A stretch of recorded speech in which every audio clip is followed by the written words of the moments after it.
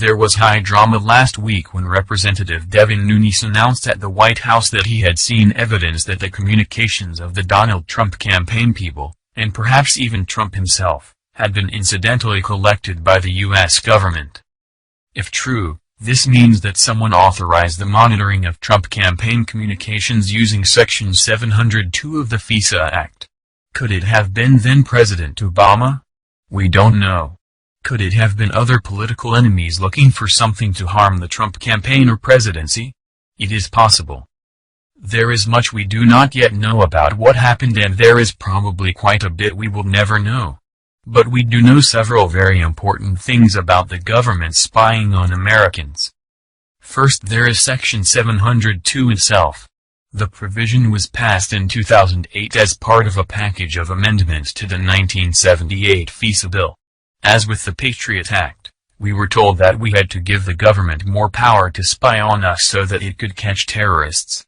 We had to give up some of our liberty for promises of more security, we were told. We were also told that the government would only spy on the bad guys, and that if we had nothing to hide we should have nothing to fear. We found out 5 years later from Edward Snowden that the U.S. government viewed Section 702 as a green light for the mass surveillance of Americans. Through programs he revealed, like PRISM, the NSA is able to collect and store our internet search history, the content of our emails, what files we have shared, who we have chatted with electronically, and more. That's why people like NSA whistleblower William Binney said that we know the NSA was spying on Trump because it spies on all of us.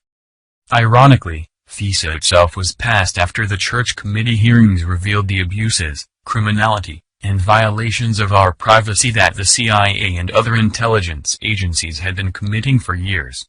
FISA was supposed to rein in the intelligence community, but, as is often the case in Washington, it did the opposite. It ended up giving the government even more power to spy on us. So President Trump might have been wiretapped by Obama, as he claimed, but unfortunately he will not draw the right conclusions from the violation.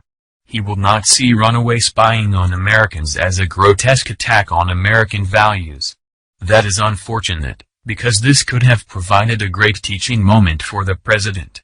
Seeing how all of us are vulnerable to this kind of government abuse, President Trump could have changed his tune on the Patriot Act and all government attacks on our privacy. He could have stood up for liberty, which is really what makes America great.